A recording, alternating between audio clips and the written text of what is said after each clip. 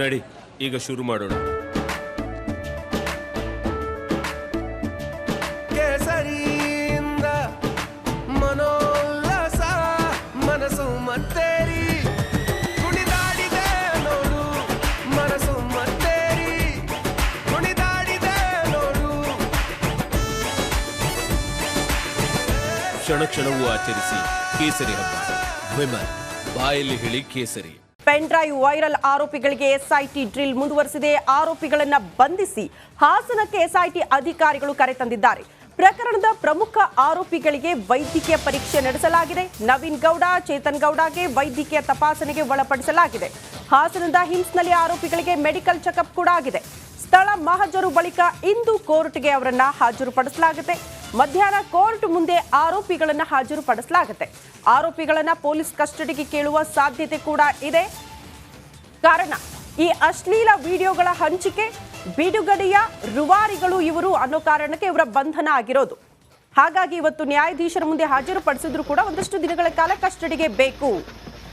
ಹಾಗಾಗಿ ಎಸ್ಐಟಿ ಅಧಿಕಾರಿಗಳು ಮನವಿ ಮಾಡಿಕೊಳ್ತಾರೆ ನ್ಯಾಯಾಧೀಶರ ಮುಂದೆ. ಬಟ್ ಯಾವುದೇ ಆರೋಪಿಯನ್ನ ಬಂಧಿಸಿದ ಸಂದರ್ಭದಲ್ಲಿ ಆಗುವಂತಹ ಪ್ರಕ್ರಿಯೆಗಳು, ಅವರನ್ನ ಮೆಡಿಕಲ್ ಚೆಕಪ್ಗೆ ಒಳಪಡಿಸಲಾಗುತ್ತೆ. ಎಲ್ಲಿ ಪ್ರಕರಣ ದಾಖಲಾಗಿರುತ್ತೋ ಅಲ್ಲೆಲ್ಲ ವಿಚಾರಣೆಗೆ ಒಳಪಡಿಸಲಾಗುತ್ತೆ. ಸ್ಥಳ ಮಹಜರಾಗುತ್ತೆ. ಎಲ್ಲಿಂದ ಹೇಗೆ ವೈರಲ್ ಮಾಡಿದ್ರು, ಎಲ್ಲಿಂದ ಹಂಚಿಕೆ ಆಯಿತು, ಯಾರು ಇವ್ರಿಗೆ ತಂದು ಕೊಟ್ಟರು, ಯಾರು ಇವ್ರನ್ನ ಭೇಟಿಯಾದರು, ಏನಿದರ ಉದ್ದೇಶ ಆಗಿತ್ತು, ಇದೆಲ್ಲದರ ಬಗ್ಗೆ ಕೂಡ ವಿಚಾರಣೆಯನ್ನು ಎಸ್ಐಟಿ ಅಧಿಕಾರಿಗಳು ಮಾಡ್ತಾರೆ.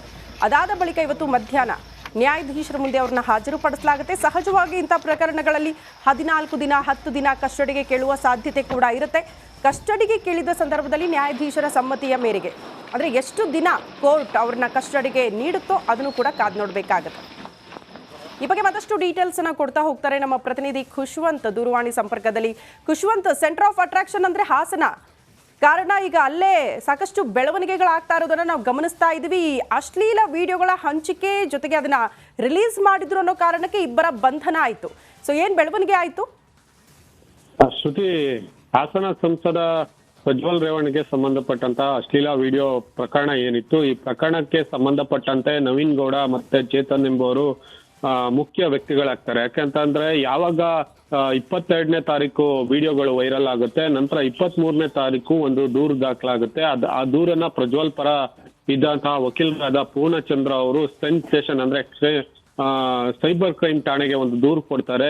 ಈ ರೀತಿ ಒಂದು ಮಾರ್ಕ್ ವಿಡಿಯೋಗಳನ್ನ ನವೀನ್ ಗೌಡ ಎಂಬಾತ ಬಿಡುಗಡೆ ಮಾಡಿದ್ದಾನೆ. ಇದು ಒಂದು ಚುನಾವಣೆ ಇದ್ದ ಕಾರಣ ಆ ಟೈಮಲ್ಲಿ ಇದು ಚುನಾವಣೆಯಲ್ಲಿ ನಮ್ಮನ್ನ ಸೋಲಿಸ್ಲಿಕ್ಕೆ ಮಾಡ್ತಾ ಇರುವಂತಹ ತಂತ್ರ ಅನ್ನುವಂಥದ್ದು ಒಂದು ಕಂಪ್ಲೇಂಟ್ ಅನ್ನ ಮಾಡ್ತಾರೆ. ಆದ್ರೆ ಇಲ್ಲಿವರೆಗೂ ಕೂಡ ಈಗ ಈ ಕಂಪ್ಲೇಂಟ್ ಅನ್ನ ಯಾರ ವಿರುದ್ಧ ದೂರು ಕೊಟ್ಟಿರ್ತಾರೆ ನವೀನ್ ಗೌಡ, ಆತನನ್ನ SIT ಅವರಾಗ್ಲಿ ಅಥವಾ ಪೊಲೀಸರಾಗ್ಲಿ ಬಂಧಿಸಿರೋದಿಲ್ಲ.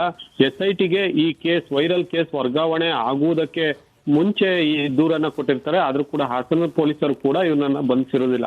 ಆದ್ರೆ ಇತ್ತೀಚಿನ ಒಂದು SIT ತನಿಖೆ ಚುರುಕೊಂಡ ಹಿನ್ನೆಲೆಯಲ್ಲಿ ಚೇತನ್ ಗೌಡ ಮತ್ತು ನವೀನ್ ಗೌಡನನ್ನ ನಿನ್ನೆ SIT ಪೊಲೀಸರು ಬಂದು ಹಾಸನಕ್ಕೆ ಬಂಧಿಸಿ ಕರೆ ತಂದಿದ್ದಾರೆ. ಜೊತೆಗೆ ಇವರನ್ನ ರಾತ್ರಿಯೇ ಮೆಡಿಕಲ್ ಟೆಸ್ಟ್ ಎಲ್ಲ ಮಾಡಿರುವಂತದ್ದು.